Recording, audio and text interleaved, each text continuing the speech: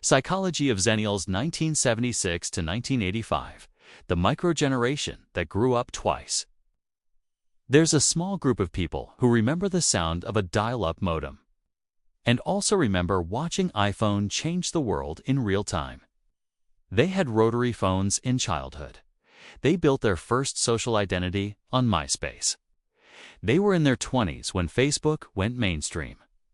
And many of them were trying to launch their careers when the Great Recession hit. If you were born between 1976 and 1985, researchers started calling you a Xennial around 2014, a microgeneration wedged between Generation X and Millennials. But this isn't just a cute label. It's a psychologically unique developmental window. And it matters more than most people realize. You didn't just grow up. You grew across two worlds most generations develop inside one technological reality. Xennials didn't. Your childhood was analog. You memorized phone numbers. If you missed a TV show, it was gone. Plans required commitment because you couldn't text running late. Embarrassing moments faded instead of living online forever. Boredom wasn't a crisis, was a condition. Then, almost overnight, everything digitized. The internet didn't slowly trickle into your life. It detonated into it. By your early 20s, cell phones were normal. Social media profiles became identity extensions. Messaging apps multiplied. The expectation of constant availability quietly formed. You didn't gradually adapt. You pivoted mid-identity formation. That timing is crucial. The brain timing was perfect and complicated. Neuroscience shows that the prefrontal cortex, the region responsible for long-term planning, impulse control, and adaptive reasoning, continues maturing into the mid-20s. Research published in Nature, Neuroscience confirms that this region develops well into young adulthood. That means many Xennials were still in a high neuroplasticity phase when digital technology reshaped society. You were young enough to integrate new systems naturally, old enough to remember life before them. That combination creates what psychologists might call cognitive bilingualism. You can sit through a face-to-face conversation without reflexively checking your phone. Learn new software without anxiety. Appreciate digital convenience without being entirely dependent on it. You remember being unreachable, and you also understand being constantly reachable. That dual encoding shapes perception in subtle ways. Your relationship with memory is fundamentally different. Here's something most people overlook. You grew up before permanent digital documentation. Your awkward phases, mostly undocumented. Your teenage mistakes, carried in story, not searchable archives. Research on autobiographical memory consistently shows that memory is reconstructive, not replayed like a video. The brain edits, reshapes, and updates experiences over time. That fluidity is part of how identity evolves. When everything becomes permanently documented, that natural memory editing process changes. Xennials experienced both systems, memory as narrative, memory as data. That produces a more flexible psychological relationship with the past. You understand that stories shift. But you also know screenshots don't.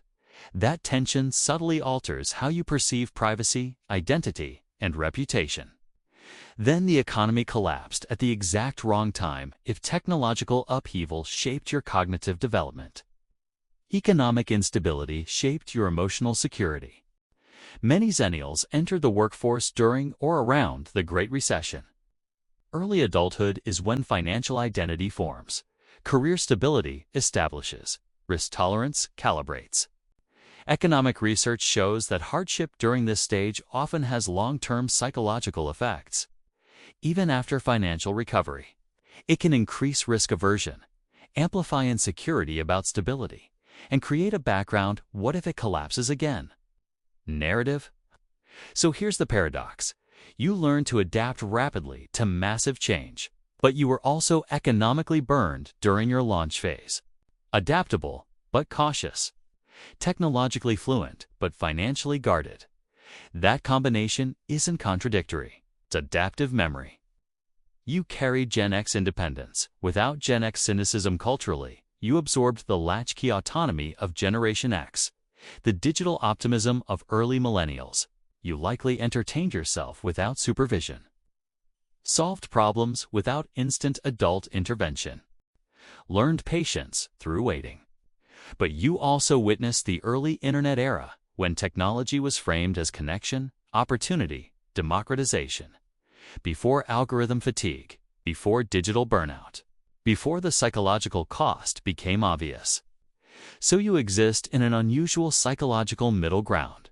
Independent but collaborative, skeptical but not dismissive, analog but digitally fluent.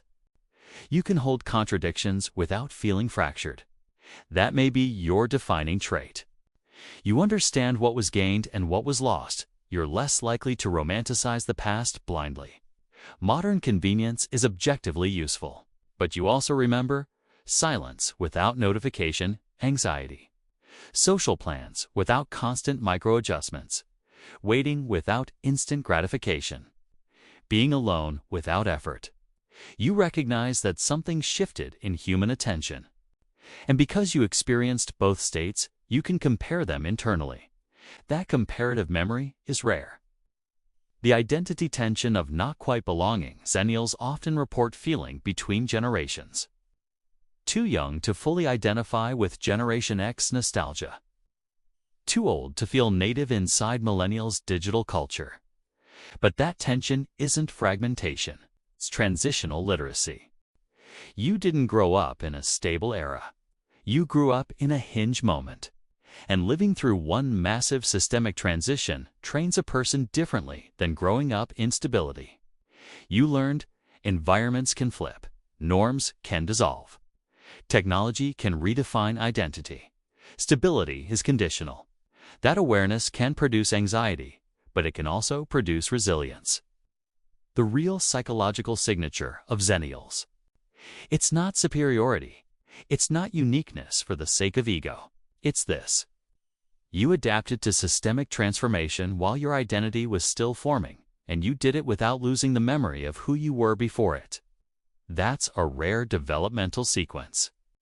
In a world accelerating faster than anyone predicted, people who have already navigated a societal overhaul may be better equipped to handle the next one, not because they're smarter, but because they've already lived through a before and after, and they remember both. This resonated with you. If you've ever felt like you grew up twice, you're not imagining it. You did. And understanding that context might be one of the most stabilizing realizations you can have. Because adapting without losing yourself isn't confusion, it's evolution. I'll see you in the next one.